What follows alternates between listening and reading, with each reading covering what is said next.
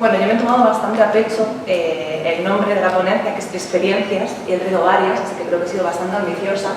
Si veo que no me ajusto, pues bueno, quedo a la disposición de vosotros para pasar una información, ¿no? No voy a entrar en Fundación Tomillo, en describir la entidad, porque bueno, pues vamos muy en la línea de lo que he comentado ya Yolanda, y hacemos todos pues, un poquito más de lo mismo, con diferentes matices. Así que, bueno, voy a contaros nuestras experiencias. La crisis ha supuesto un replanteamiento no solamente para la gente que se ha quedado en desempleo, sino para la gente que trabajamos con el desempleo, ¿no? Un replanteamiento de por qué hacemos lo que hacemos y qué cosas necesitamos cambiar. Entonces, en este replanteamiento, la entidad pues se dio cuenta de que estaba trabajando de una forma muy autorizada. Trabajaba por un lado, procesos de orientación, de capacitación, emprendimiento para aquellas personas que lo demandaban, pues bueno, porque tenemos también un mercado que asumía o que absorbía prácticamente toda la gente que accedía a un proceso de formación. Claro, entonces en época de bonanza pues todos tenemos una praxis de éxito. Cuando aquello deja de ocurrir te tienes que replantear qué cosas tienes que cambiar, ¿no? Entonces en estas estamos, igual de aquí a unos años os podemos contar cómo ha sido el devenir del proceso, pero bueno, sí que quería compartirlo. Ahora mismo estamos barajando un proceso integrado. Nosotros trabajamos con formación no formal y con formación reglada, y estamos intentando homogeneizar los procesos de intervención en ambos sectores. ¿Cómo? Pues trabajando las competencias, porque sí que es cierto que tenemos un mercado que cada vez demanda más un personal, unas personas cualificadas, pero también personas competentes a diferentes niveles. Entonces, bueno, pues eso es uno de nuestros objetivos y por otro lado, afianzar la alianza entre el ámbito público y el ámbito privado, incorporando a la empresa, como decía Yolanda, no solamente en el proceso final, que era lo que nosotros veníamos haciendo, ¿no? Pues llamar a la puerta de las empresas, ver qué ofertas de empleo había, si casaban con los perfiles de nuestros usuarios, sino también en el diseño inicial de las formaciones. ¿Por qué? Porque lo comentaba antes Yolanda, cuando nuestra presidenta, que hay un gap bastante grande entre la formación que damos y las competencias que necesita el mercado de trabajo, ¿no? Entonces nosotros nos dábamos cuenta que teníamos pues, chicos que habían acabado un PCPI de cocina, de electricidad, un grado medio de administración, que no encontraban empleo. Y habían hecho unas prácticas con entusiasmo, con ganas, pero no se quedaban. Entonces, porque hay nichos de empleo que no están cubiertos, que es una realidad que existe, con lo cual involucrar al financiador, la financiación privada, pues, es algo que cada vez está más presente en las entidades sociales, desde el inicio, un poco, por un lado, para sensibilizarles, para que conozcan la realidad social, para que conozcan esa vulnerabilidad que cuando lo pones en proyecto no queda en papel, pero cuando le pones cara tiene otro calado, era importante, pero también un poco para que nos enseñasen a nosotros cuáles eran realmente las necesidades que estaban teniendo y donde nosotros no estábamos llegando, ¿no?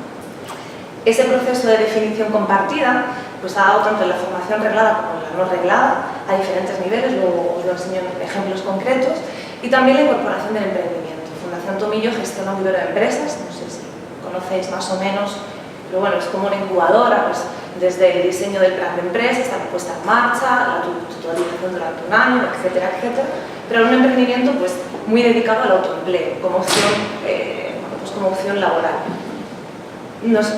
Nos damos cuenta que el mercado laboral español o la fuerza de trabajo española tiene unas características, sobre todo en jóvenes, que es, digamos, nuestro grupo diana, y es la escasa movilidad o la escasa creatividad muchas veces a la hora de enfrentar situaciones adversas. Y creíamos que en el emprendimiento encontramos una herramienta muy potente para poder trabajar todo este tipo de competencias. No un emprendimiento de crear una empresa, porque existen muchísimas dificultades para acceder a la financiación y luego también para la viabilidad del negocio, pero sí desde el emprendimiento social, ¿no? Pequeños proyectos que de alguna forma hicieran que los jóvenes o las personas que accedían a una formación se vincularan no solamente con la comunidad, sino también con pues, desarrollasen talentos o competencias que en algún momento pues, no habían llegado a identificar. Y por otro lado, digamos que esta activación diferente pues, incrementa de alguna manera la empleabilidad en tanto en cuanto que favorece pues, un proceso más proactivo en esa búsqueda de empleo. Y bueno, todo un proceso transversal, que es la orientación basada en competencias y la intermediación laboral, que viene a ser un poquito más de lo mismo de lo que han comentado los compañeros. Dentro de este eje de reflexión nos damos cuenta que por lo menos nosotros hablábamos mucho de baja empleabilidad, necesidad de desarrollo de cualificación y competencias, pero no había una cuantificación de qué quiere decir eso, ¿no? O sea, ¿tiene baja empleabilidad? ¿Por qué? ¿Cuál es la baja empleabilidad? ¿En qué? Y necesitábamos de alguna manera pues, poder avalar con datos aquello que estábamos diciendo. Así que desarrollamos una herramienta que se llama Emplea Más, que bueno, no responde a todas las necesidades que creíamos, estamos en proceso de revisión, pero que sí que yo rescato como varias cosas muy potentes, que por un lado es que identificaban las barreras sociales que traía esa persona cuando venía pues, a demandar un curso de formación o un apoyo en la búsqueda de empleo, condicionantes, tanto internos como externos, y a través de pues, una serie de... Es muy largo de ver, pero vamos, una serie de vídeos que la persona tiene que responder a determinadas preguntas. Le daba como un diagnóstico sobre cómo estaba su competencia lingüística, matemática, visoespacial, etc. Y un perfil profesional que podía encajar, digamos, con aquel tipo de competencias que había pedido. Cuando esto lo pasamos, a lo largo del tiempo, vamos viendo de alguna manera esa evolución y si realmente hemos desarrollado competencias como decimos que hacemos o no, y si es que no, pues ver dónde está el peso, si que hay unos condicionantes sociales importantes, si es que hay unos condicionantes personales que le impiden. Dentro de las experiencias, para ir un poquito ágil, voy a rescatar dos que creo que son, pues a mí me resultan inspiradoras. Por un lado es dimensión profesional. Nosotros tenemos actualmente formación reglada en ciclos formativos de grado medio y en lo que eran programas de cualificación profesional, pero es cualificación básica, cambiado, los PCPI. Había una asignatura que era orientación laboral, pero bueno, al final pues enseñábamos a hacer un currículum y poco más. El caso es que nos dimos cuenta que muchos chicos de los que llegaban sobre todo administración querían hacer cocina. Lo que pasa es que como no había plaza en cocina, pues te metes en administración, ¿no? Al final, como te has metido en administración y ya has sacado el primer año, pues bueno, ya que me pongo, saco el segundo año. Pero la motivación inicial no era hacer administración. Eso por un lado. Por otro lado, a veces la gente que sí que quería hacer administración tenía como muy desvirtuada la ocupación que significaba pues, poder hacer, que era un auxiliar administrativo.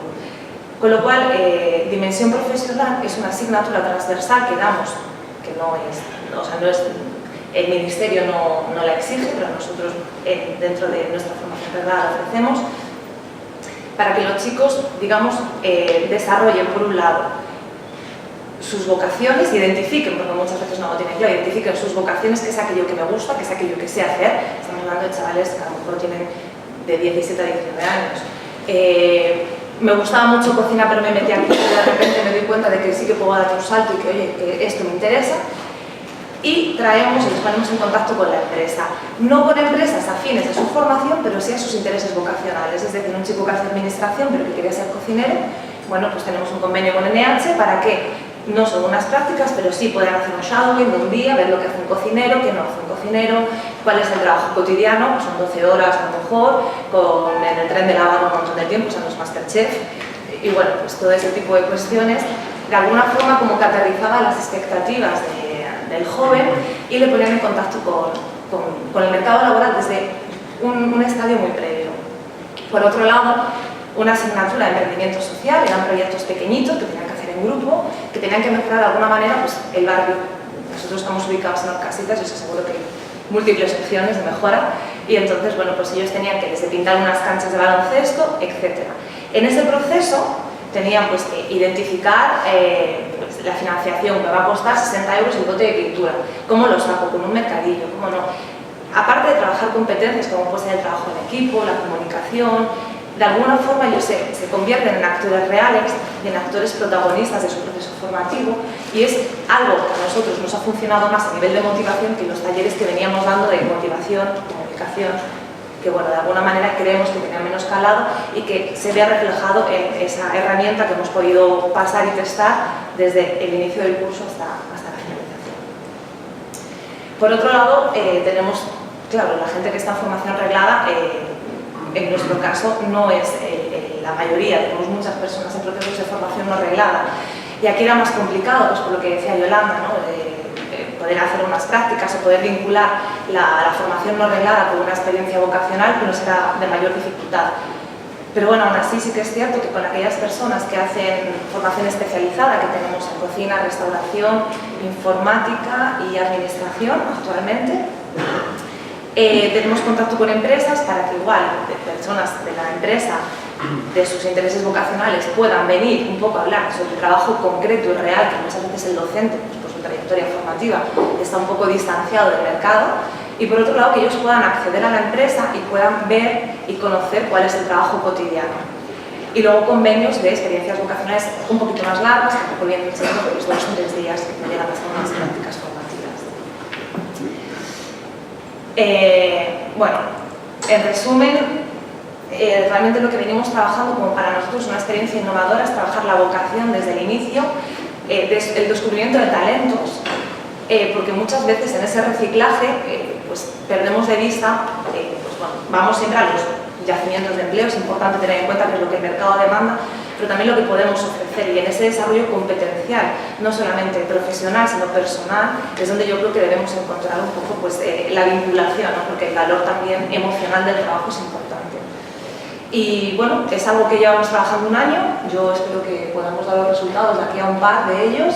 De momento, para el curso siguiente, estas 2 iniciativas se están repitiendo, y proyectos con financiadores privados, como puede ser pues, Airbus o JP Morgan, valoran muy positivamente este acompañamiento, estas experiencias vocacionales y este mentoring, que bueno, sobre todo con colectivos vulnerables, jóvenes, está bastante adecuado como posibilidad. Otra vez. Pues muchas gracias, Irene. Gracias.